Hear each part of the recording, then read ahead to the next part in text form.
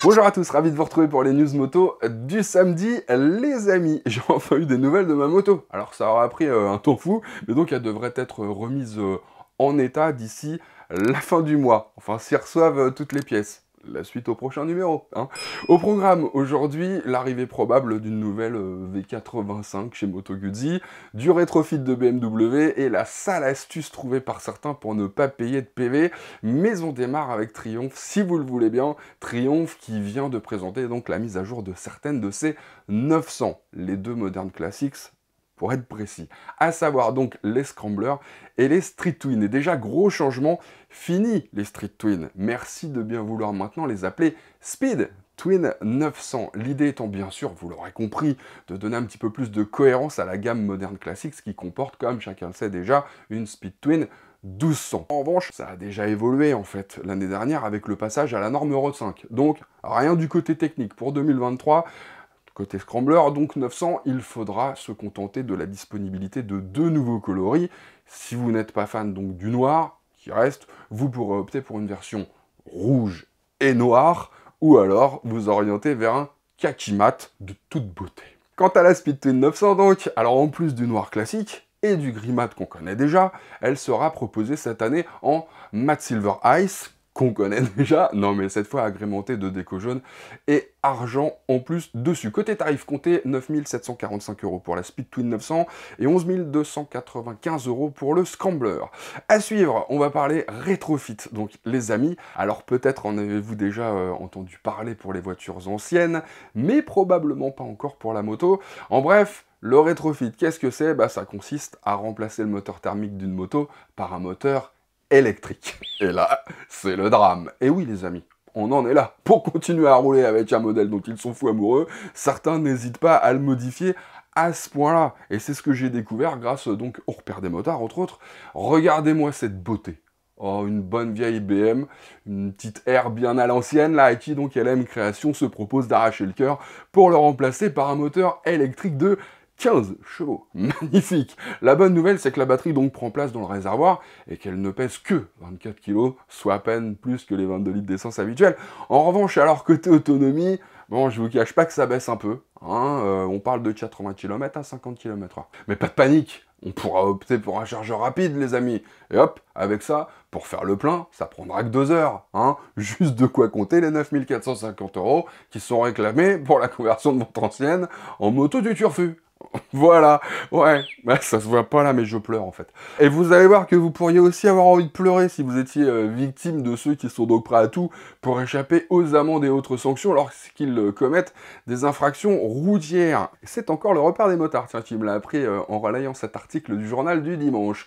Figurez-vous qu'une technique jusqu'ici utilisée par le grand banditisme pour échapper à la police est en train de se répandre chez les braves gens. Braves gens qui, par la même occasion, donc, le deviennent un petit peu moins. Bon, vous vous souvenez, il y a encore quelques années, il y a des petits malins voilà, qui tentaient d'échapper aux amendes, ou qui y arrivaient des fois, hein, en utilisant donc des véhicules de société, parce qu'à l'époque, on n'était pas obligé de dénoncer en fait les conducteurs, ce qui est donc fini depuis que c'est le patron de la boîte qui prend, en cas de non-dénonciation, du conducteur. Bon, et ben, comme l'imagination humaine n'a pas de limite et qu'elle ne cessera de me surprendre, des petits malins montent maintenant donc des boîtes fantômes, voilà, avec des adresses complètement foireuses, un terrain vague, je sais pas, un supermarché, mais en volant votre identité, voilà, à part internet. Résultat, donc les amendes arrivent nulle part, enfin sur le parking en question, du moins jusqu'à ce qu'on s'énerve un petit peu, et qu'on remonte donc non pas à l'auteur des faits, et donc de la fausse boîte, mais à celui qui est mentionné sur la fausse boîte,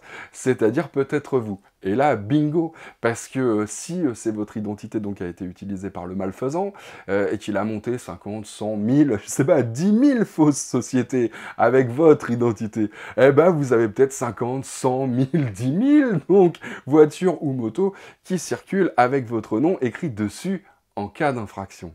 Voilà, et apparemment c'est pas un phénomène isolé, hein. Ça arrive assez fréquemment.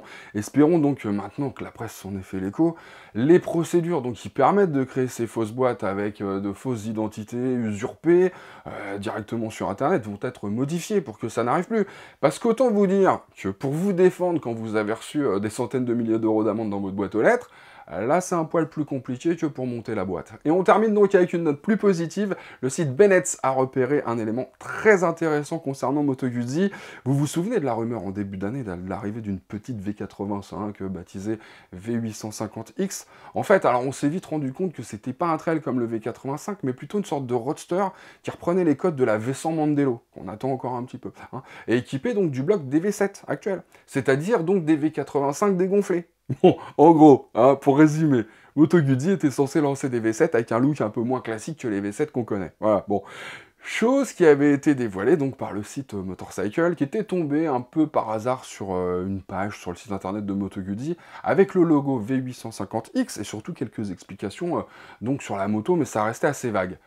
Contrairement donc au document d'homologation déniché par Bennett il y a quelques jours à peine, qui lui nous en dévoile un petit peu plus. Donc apparemment, la V850X serait équipée d'une ligne d'échappement Arrow, un petit peu plus sonore, on parle de 2 décibels, mais surtout qui ferait passer la puissance de 66,6 chevaux à 6700 tours minute au lieu de 65 100 tours plus bas actuellement donc sur les V7.